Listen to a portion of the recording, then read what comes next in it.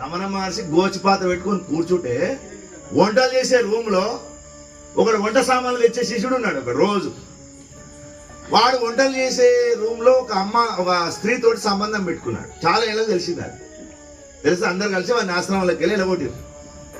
అందరూ వచ్చి చెప్పారు, స్వామి ఇట్లా వాడు పొరపాటు చేశాడు, వాడిని నిలబొట్టాం అన్నాడు.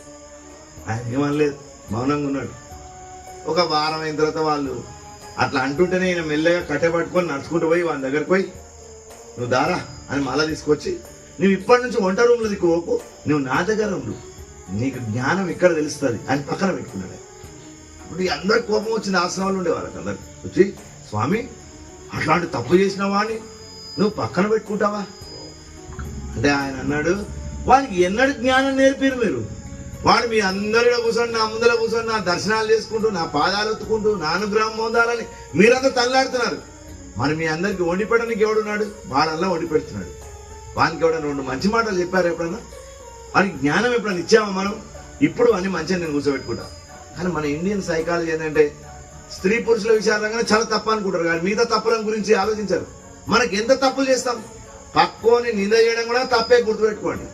ఇతరుల పట్ల దేశభావంతో అసూయతోటి మాట్లాడడం కూడా మర్డర్ చేసినంతనే, అది అత్యాచారం చేసినంత, హత్య చేసినంత. అదేం తక్కువది కాదు. అదేం పాపం అంటే చిన్నది అనుకోకండి. అది రమణ మహర్షి అదే అన్నాడు.